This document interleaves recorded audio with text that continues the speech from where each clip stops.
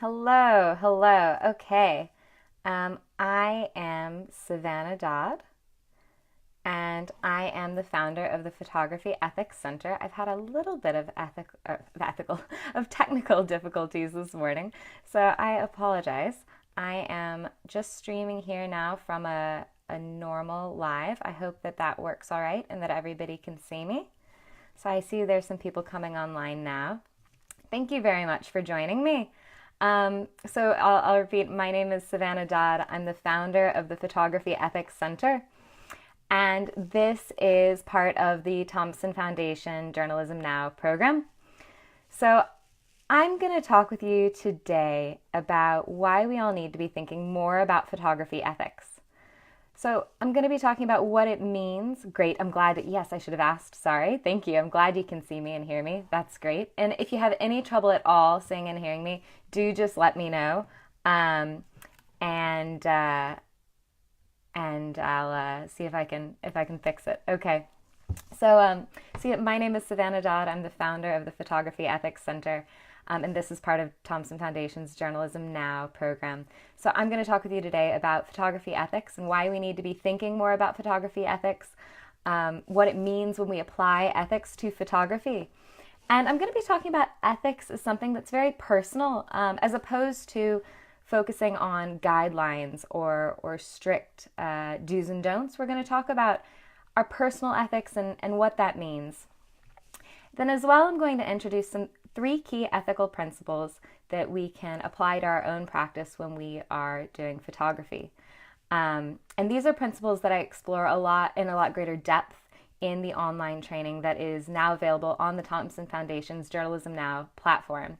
So if at the end of this Facebook Live event, if I've piqued your interest, please do head over to their platform and enroll in that course. It's available now for free. So before we get started, I'd like if you could all introduce yourself and tell me if you work with photography. Now, when I say if you work with photography, I don't just mean if you're a professional photographer or if you identify as a photographer. If you do identify as a photographer, that's great as well, of course, and do tell me that. But I think a lot of times people don't think of photography ethics as being relevant to themselves. And so when I'm talking about if you work with photography, I mean that really broadly. So maybe you're doing social media for yourself or for a business and you're posting photographs in that way. Or maybe you're selecting photographs for an annual report. So really, in any way that you might engage in photographic practice on a regular basis, either personally or professionally, please do let me know. And it'll just be good to sort of see the different perspectives that everybody's coming from. So go ahead and introduce yourself there in that chat box if you can see it. I see Glenn, what you've joined. Thank you very much. It's nice. I'm glad you made it. All right, so we'll go ahead and get started. Just to remind you, my name is Savannah Dodd. I'm with the Photography Ethics Center, and I'm going to be talking about photography ethics and why they matter. So hi Chris, thank you very much for joining. Before we really dive into photography ethics, I'd like to first talk about what are ethics to begin with. So when we talk about ethics, the definition that I like to, that I like to work with is ethics are the principles that guide a person's behavior. I really like this definition because I think it really accounts for three key characteristics of ethics. So the first key characteristic of ethics that I think is really important to keep in mind is that ethics are subjective. So this means that ethics are different for everyone because they're dependent on our personal moral frameworks, our value systems, and our own life experiences. So ethics are very, the way that you might answer an ethical question might be very different from how I would answer an ethical question. But that doesn't make it any less ethically correct, right? Because we all have our own experience and we're all coming at it from a different position. So that's the first key characteristic of ethics, that they're subjective. The second characteristic that I'd like to talk about is that ethics are contextual. So this means that not only do ethics change depending from person to person, but ethics also change depending on the context. So this includes geographic or cultural context. So that might be that the way that I would answer an ethical question, I'm here in Northern Ireland, the way I might answer an ethical question in Northern Ireland might be very different from how I would answer it in my hometown in St. Louis. Because the situation's different, the environment's different, and there are different considerations to take into consideration. So ethics are contextual. Context also depends on how your images are going to be seen. So this means, for example, if I was photographing something and it was going to be shown as photojournalism, the ethical considerations of the context of photojournalism are very different from the ethical considerations of fine art. So the context can mean a couple different things. It's both the context of production, so where we are and what's appropriate at that moment, and of consumption. So also, where the photographs are going and how they're going to be seen. And finally, the third characteristic of ethics that I think is really important this one's really fundamental, is that ethics need to be fluid. They need to change shape. You need to be adaptable to fit the context, to fit the situation. So this really ties together the subjectivity, that they change depending on the person, and the contextuality, so that our ethics can change depending on who we are, where we are. If we have a new life experience, if I have a new life experience, I might answer an ethical question in a very different way than I did yesterday. So this is the fluidity. So if we bring these three characteristics back to that core definition that I want to work with today, that ethics are the principles that guide a person's behavior. The crux of that definition is that ethics are principles, right? So we're looking at principles instead of looking at guidelines. And that's because, you could have a code book of ethics or a set of rigid guidelines, but really there's no one-size-fits-all ethical answer that will work for every person in every context imaginable, right? So I really like the idea instead of identifying and agreeing on some key principles like dignity, empathy, integrity, honesty. These are important principles that maybe we can all agree on, and we can identify within ourselves and say, these principles are going to be important to me going forward, but how I might apply these principles might be very different from how you would apply them, and I might apply these principles differently in different contexts. So we can be fluid with how we apply these principles. So that's sort of where we're coming from on what we mean when we say ethics. However, there's one very, very important caveat that institutions and organizations that you might be working for might have their own institutional guidelines. So this is not to say that you should just disregard guidelines, because of course these organizational guidelines are there for a purpose and they're very important. So we do need to heed those. And actually these institutional guidelines do just come back into the context. So it's part of that context of how you're producing those images. So if we take all of that from looking at ethics and we apply that to photography, what does that mean? What does that mean then when we talk about photography ethics? Well, I'd imagine most of us, if not all of us, have heard of, the ethics of post-processing or ethics in digital manipulation. And that's all very, very important. But it's really only one small part of what photography ethics can be and what photography ethics is. So there are ethics to consider at every stage of the process. And that starts from the moment of thinking about or deciding what you want to photograph, what subject you want to photograph, to how you present that subject to the world. So there are ethical considerations at every stage in the process.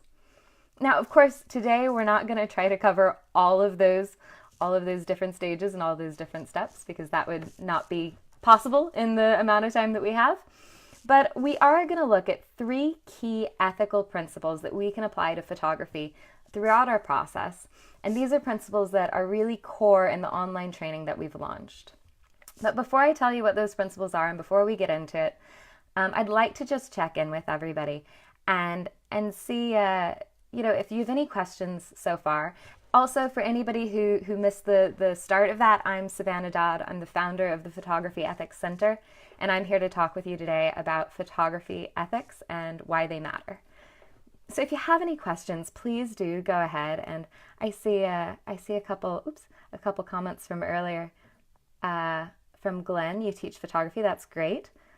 Happy to have you here. Thank you very much. And Matthew, you work in, I can't seem to open, oh, there we are. You work in video editing. Okay, great. So photography ethics will definitely be important for everybody here. That's excellent. And if you do have any questions at all during this, please do just put it in the comments section. I might not be able to, or I might not respond to you immediately, but I will get to your question during the course of this. Okay, if we want to go on to the next section then. So the 3 key ethical principles that I've alluded to but haven't told you yet, what are these principles? These 3 key ethical principles that are really central in our first online training course are empathy, autonomy, and integrity. So let's talk a little bit about what are these principles and what do they mean? So if we start with empathy, we all, I'm sure, understand at that baseline what empathy means, right? Empathy is the ability to understand what another person might be feeling or experiencing. So empathy is really important at every stage in the photographic process. So empathy is important when we are collecting content. So we need to collect content with care and sensitivity to make sure that, because being photographed can be a very vulnerable experience. Sometimes, you're really putting yourself out there and you're putting a lot of trust in the other person. So you need to be very sensitive to that experience, I guess. That's really what empathy is about when we're collecting content, is sensitivity to that experience. But as well, we need to have empathy when we edit and share content. So this means being aware of and being sensitive to how subjects might feel about how they're represented. Now, of course, this can get a bit tricky because this does not mean that every photograph you take of every subject always has to be flattering or has to portray the subject in a positive light, because that's just not possible and not always desirable. But it does mean that we can be sensitive to how our subjects might feel about the process, so how they might feel about how they're represented. And that's really the core of empathy. But of course, we can't really act with sensitivity if we don't understand who our subjects are and what's important to them. Of course, people talk about the golden rule. So the golden rule is, treat others as you yourself would want to be treated, and that is really important. But it can only go so far. You can only understand from your own experience. So I think really to go beyond the golden rule and to really dig into what empathy means is to really understand subjects. And the best way to understand our subjects is to spend time with them. So instead of just jumping in and starting shooting, really spend time and dig into understanding who our subjects are. And not only will this improve the way that we work with empathy, but as well, it'll help us to tell better stories. It'll help us to avoid stereotyping. And this will give us more interesting stories in the end if we really understand who we're photographing. So that's empathy. But if we move on to autonomy is the second ethical principle. So autonomy means that every person has the right to make decisions about him or herself. So in order to respect a person's right to autonomy, we can ask for consent. Now, consent is not always possible or desirable, but consent is a really important or really good way to make sure that we're respecting a person's autonomy. However, even when you can't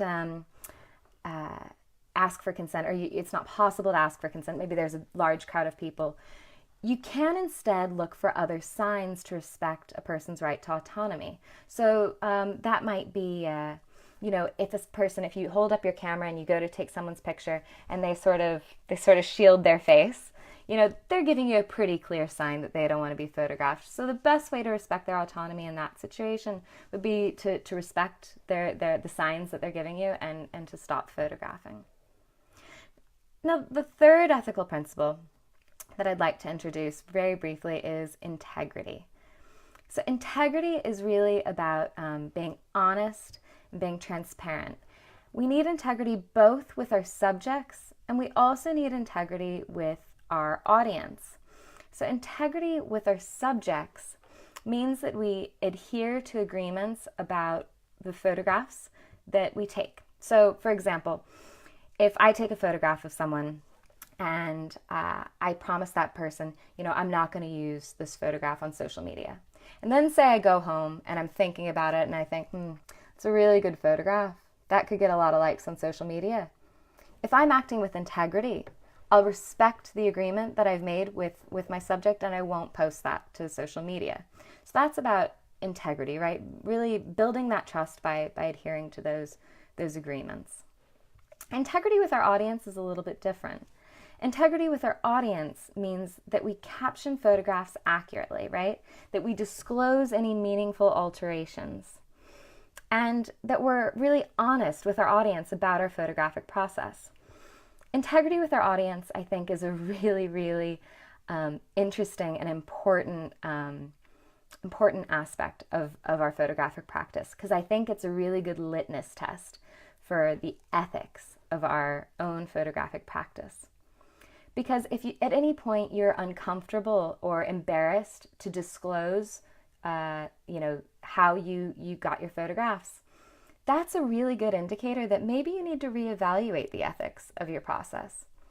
So I really, really like this idea of integrity with our audience, because I think it's like a self-check. If I don't want to be 100% upfront about how I got that photograph, then maybe I shouldn't have taken it in the first place. So I think that's a really good way to check ourselves. So that's a rapid fire assessment of the three key principles in photography ethics. So those were empathy, autonomy, and integrity. And as I said, I explore those in a lot greater depth in our online training program that is now available live. It's now live at the Thomson Foundation's Journalism Now platform, and that's available for free. So do check that out. And I'd like to bring it back to the comments and see if we have any questions here. So I'm trying to open. There we are. Okay, great. So let's see if you have any comments here. So Abu Leila, hi, we are working.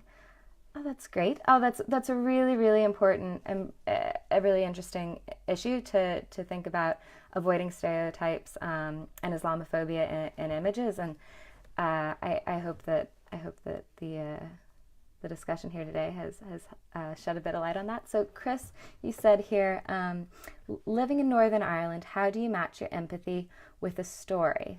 So if it's controversial, if your picture is being used for, is there a certain thing or things that you wouldn't feel comfortable photographing?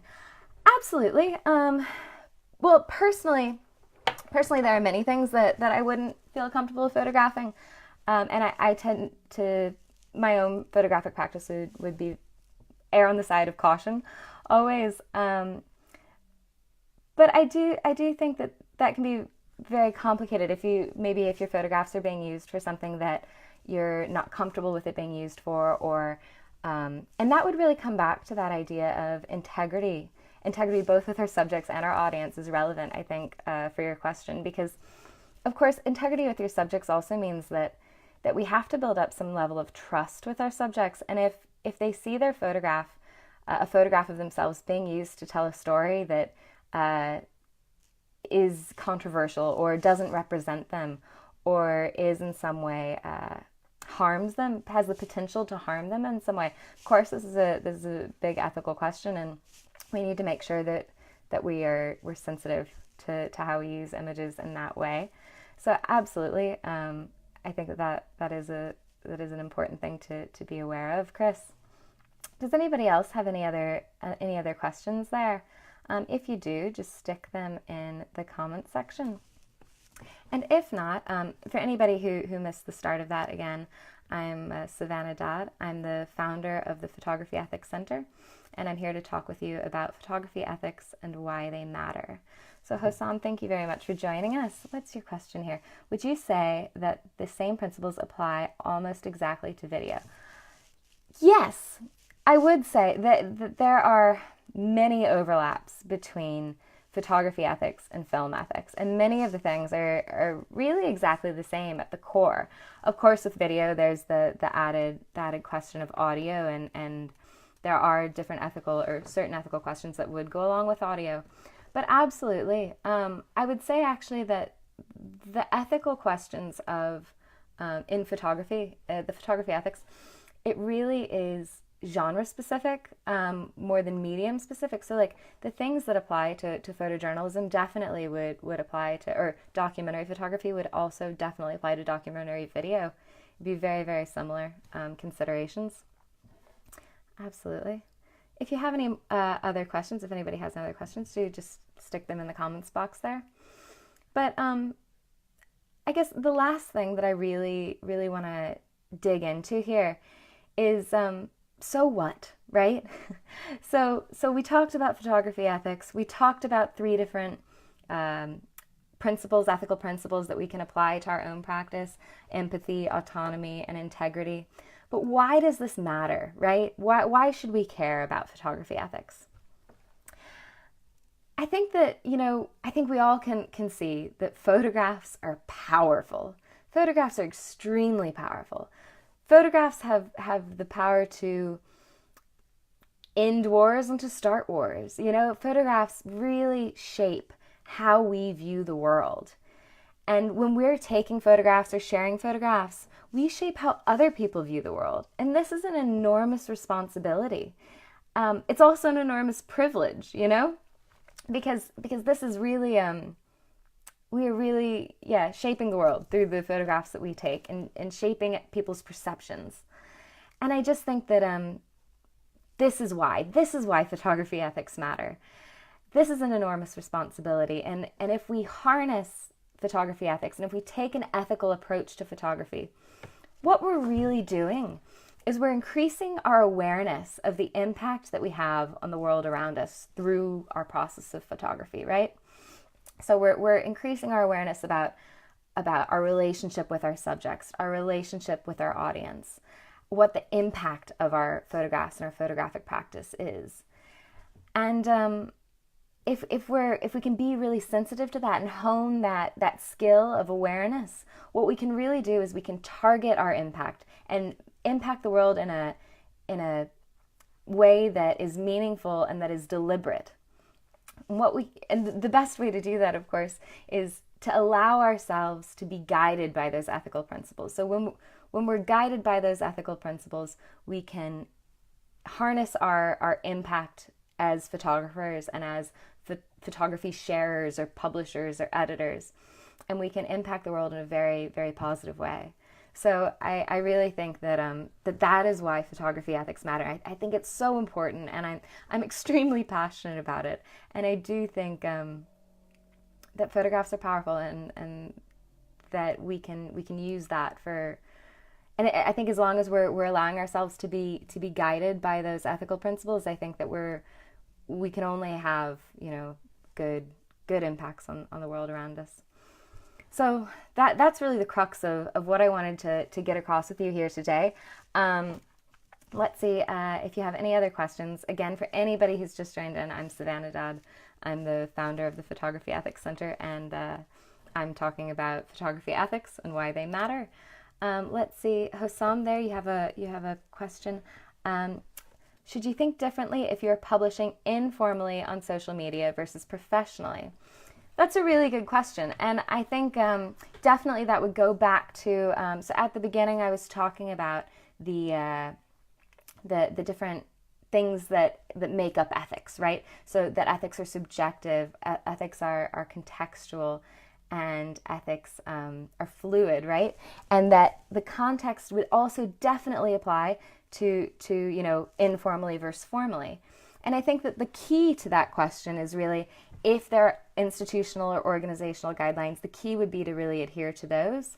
Beyond that, I think that ethics are ethics. Our personal ethics should really pervade our life, I would hope, from our personal and our professional. So of course you might privilege different ethics in different situations, but yes, absolutely. I think that the crux of it is the same. The only difference is really any institutional or organizational guidelines.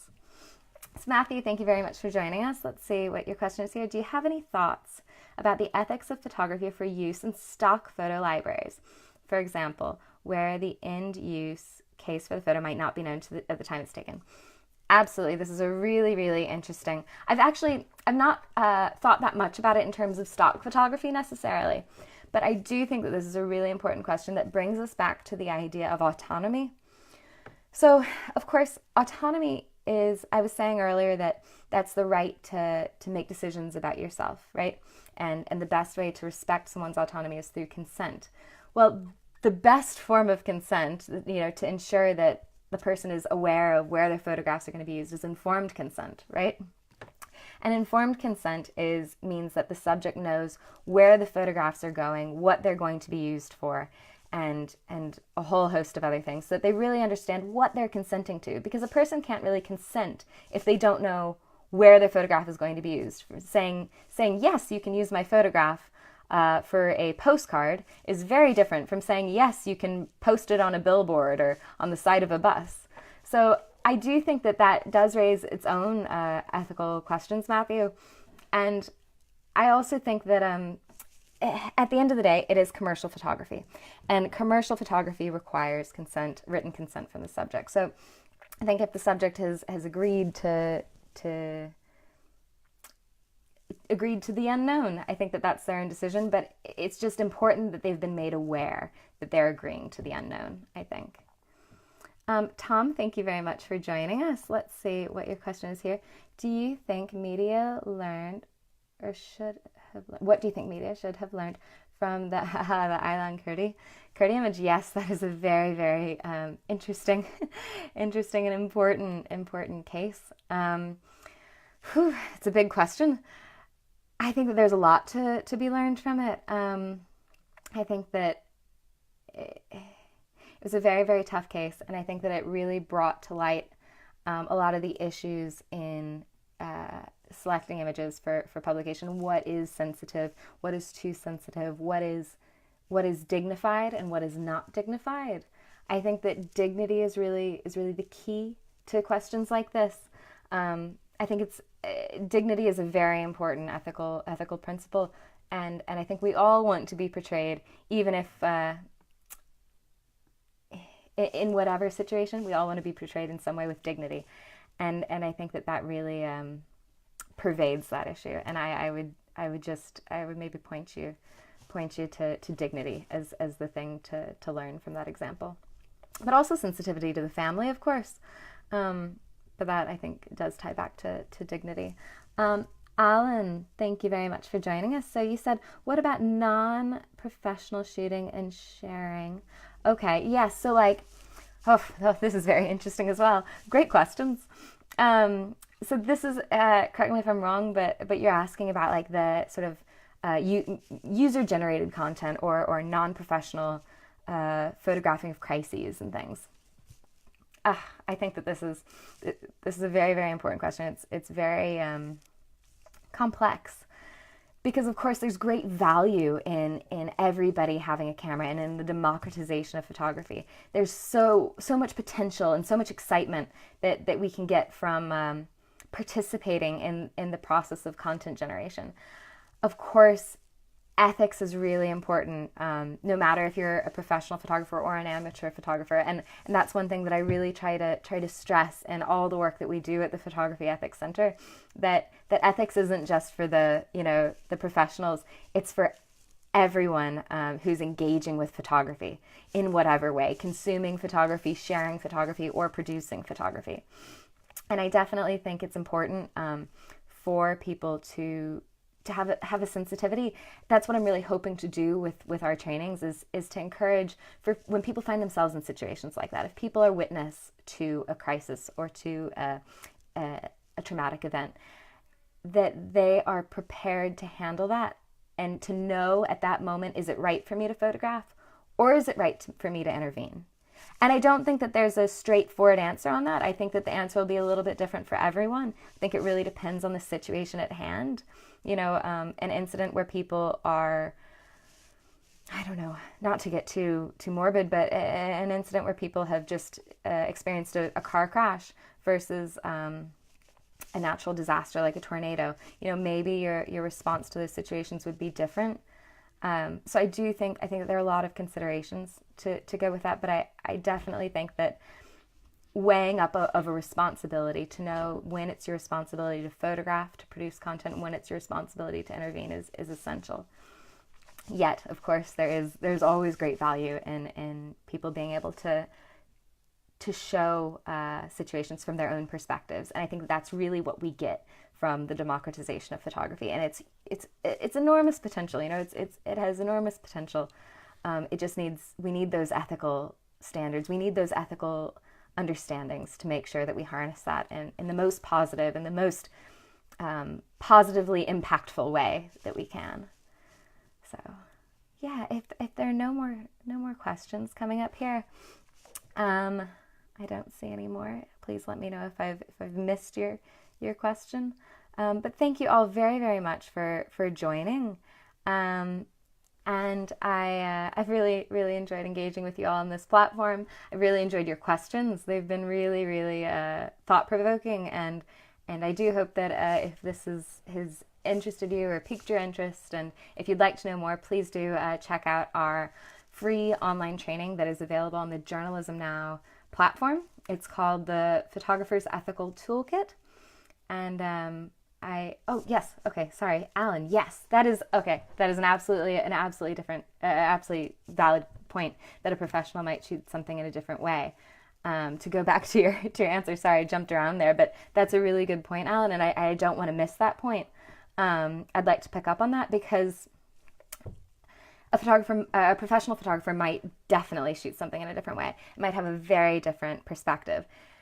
And that's, I think professional photographers, of course, are trained in visual storytelling in a way that a lay person who picks up a camera might not be as trained in how to tell the story through visuals.